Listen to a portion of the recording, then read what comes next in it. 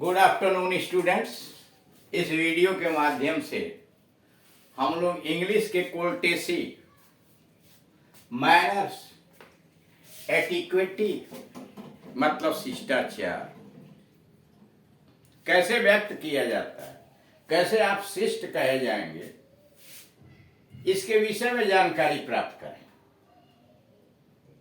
यूं तो आप जानते हैं कि हिंदी भाषा के अंतर्गत शिष्टता के बहुत सारे शब्द हैं। जैसे हम अपने से बड़ों को कुछ कहना चाहते हैं तो आप कहते हैं, छोटे हैं तो तुम कह लेते हैं। यानी वह तुम और आप सम्मान सूचक शब्द हो जाता है। हमसे जो भी बड़े हैं उनको हम आप कह लेते हैं।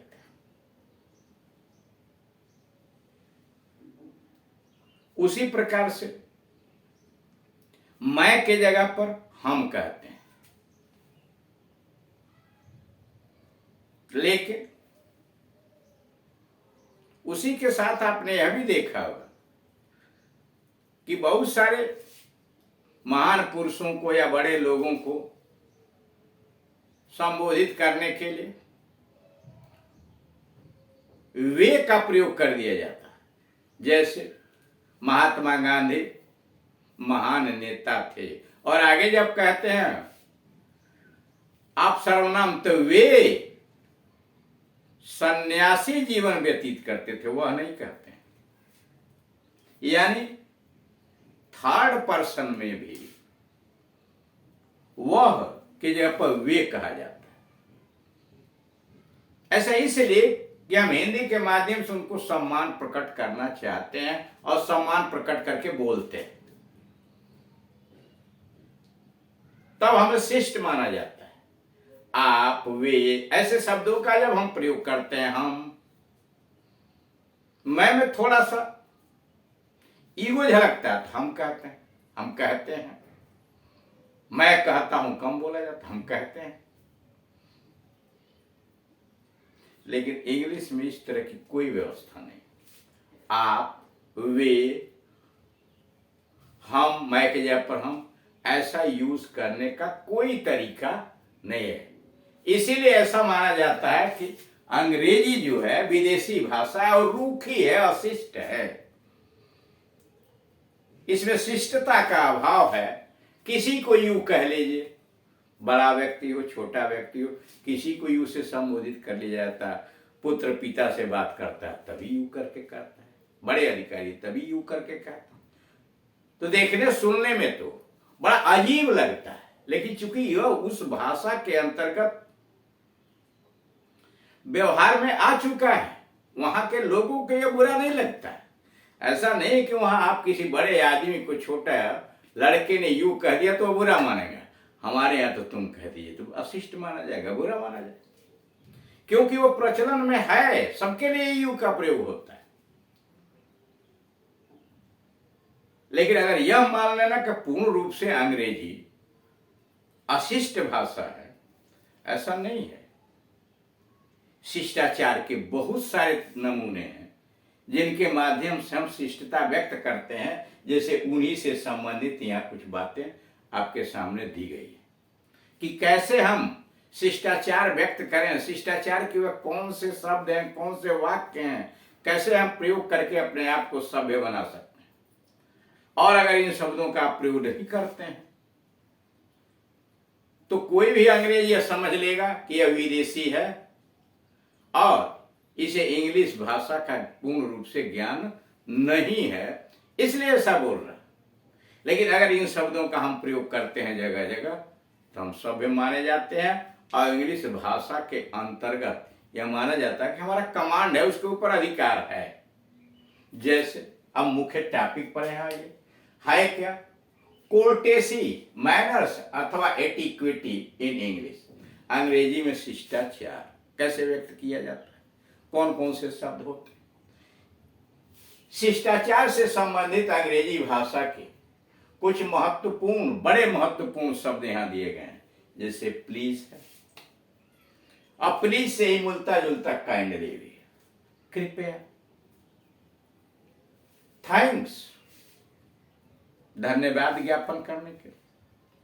किसी ने आपका काम किया, कुछ दिया है, कुछ उत्तर दिया है, तो आप थैंक्स कहते हैं या थैंक यू वेरी मच कहते हैं।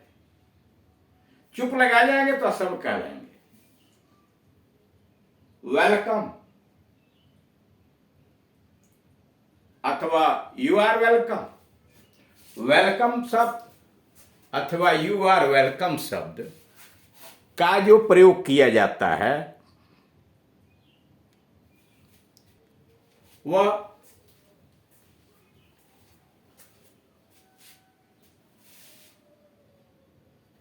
किसी ने आपको थैंक्स कहा या मेनी मेनी थैंक्स कहा, तो उसके बाद आप मेंशन नॉट इत्यादि इत्यादि बोलते, उसी में वेलकम भी बोलते।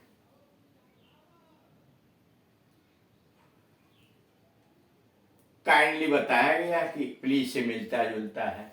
अलाउ मी, अगर किसी की सहायता भी आप करना चाहते हैं तो सीधे मत कहिए कि मैं आपकी सहायता करना चाहता हूं, पहले आपको कहना पड़ेगा allow me to help you, please कृपया मुझे इजाजत दीजिए कि मैं आपका काम करूं, आपकी सहायता करूं। आगे डिटेल बताया जाएगा। आफ्टर यू, आफ्टर यू मतलब आपके बाद। अगर किसी को आप रास्ता देना चाहते हैं कि वो आगे चले, आप उसके पीछे, तो फर्स्ट यू मत कहिए, आफ्टर यू मतलब आप चलिए, आपके पीछे में चलता।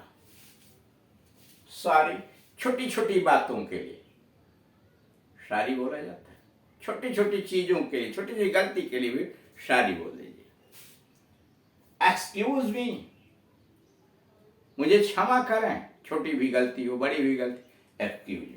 पार्डन बड़ी गलतियों के लिए माना जाता था, पहले कोर्ट की भाषा थी क्षमा करना, लेकिन अब तो सामान्य बात में भी पार्डन में, मुझे क्षमा करें, छोटी सी बात में भी पार्डन में। पार्डन में एक्सक्यूज मी से अधिक प्रभावशाली। नो मेंशन या मेंशन नॉट, आगे बताया जाएगा। इट्स माई प्लेजर, मेरी खुशी है, मेरे आनंद से।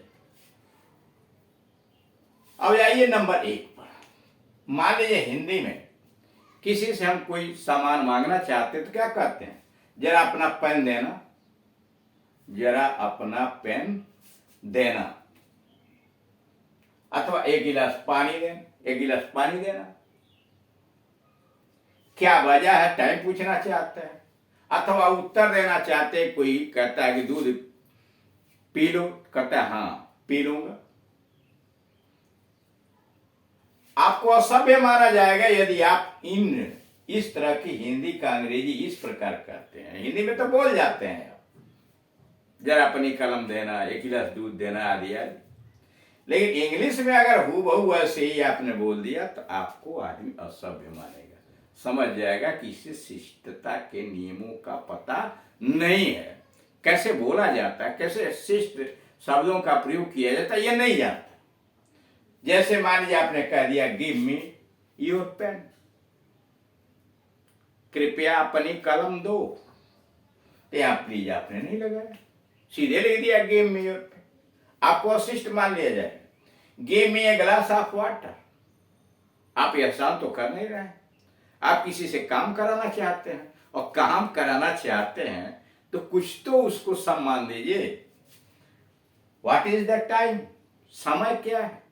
अब किसी से ऐसे ही पूछेंगे व्हाट इज द टाइम, तो अभी अगर उसी तरह का मिल दिया तो उठ पटांगा आपको बता देगा।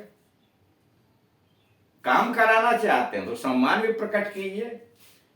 यस आई विल ड्रिंक, किसी ने क्या दूध पियोगे, चाय पियोगे, तो यस आई विल ड्रिंक, क्या मतलब। ये इस तरह की भाषा अगर आप बोलेंगे तो आप कहलाएंगे कि आपको शिष्टाचार के नियमों का पता नहीं है, शिष्टाचार से संबंधित चीजों को आप नहीं जानते। तो इसलिए बेहतर है इन बातों को ऐसे कहिए। सभ्य और शिष्ट तरीका कहने का यह है, may I have your pen please, यानी उसके साथ प्लीज और काइंडली जैसे दोनों एक तरह के हैं। प्लीज और काइंडली दोनों का मतलब एक ही है, कृपया, कृपा करके। इनमें से किसी शब्द का यूज जरूर कीजिए, तब आप सभ्य माने जाएंगे। May I have your pen please, यानी आप कहिए क्या कृपया मैं आपकी कलम ले सकता हूं, या कृपया आप मुझे अपनी कलम देंगे। A glass of water please, please जोड़िए, काइंडली जोड़िए। टाइम प्लीज, समय प्लीज लगाइए। Yes I please, yes please. मान लीजिए कोई कहता है will you take tea, yes please, no thanks, ऐसे करके। अब आइए, या इन्हीं को जो अभी अभी आया कि आप कहिए may I have your pen please, a glass of water please, time please, yes please. इनको आप इस प्रकार भी कहेंगे तो आपको शिष्ट या सभ्य माना जाएगा। यानी इन्हीं बातों को आप ऐसे भी कह सकते हैं, may I have your pen please, may I have your pen please, give me a glass of water please. Short में ए ग्लास ऑफ वाटर सीधे भी आप कह सकते हैं ग्लास ऑफ, और पूरा कहना चाहते हैं तो कहिए give me a glass of water please, तब भी माना जाए। What is the time please, पूरा आपने बोला, और शॉर्ट में टाइम प्लीज, टाइम प्लीज। अब आइए नंबर 2 पर, thank you very much, many many thank, कहाँ यूज करते हैं। मान लीजिए किसी से आपने प्रश्न पूछा,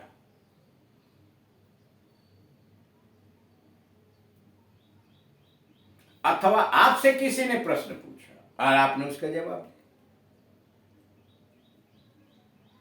इन बातों का ध्यान रखें कि चुप ना लगाएं। जैसे मान लीजिए आपने किसी से समय पूछा और उसने समय बता दिया, तो अगर आप चुप लगा जाते हैं तो अशिष्ट कहा जाएगा। आपको हाँ कम से कम इतना तो बोलना ही पड़ेगा, थैंक्स या थैंक यू। बहुत ही आसान प्रकट करना चाहते हैं, कृतज्ञता प्रकट करना चाहते हैं, उसने आपका काम किया है तो कहिए थैंक यू वेरी मच या मेनी मेनी थैंक्स। मतलब किसी ने आपका काम किया है, कुछ बताया है, तो आप अवश्य उसे थैंक्स या थैंक यू बोलिए। और बहुत ही आसान जताना है तो थैंक यू वेरी मच,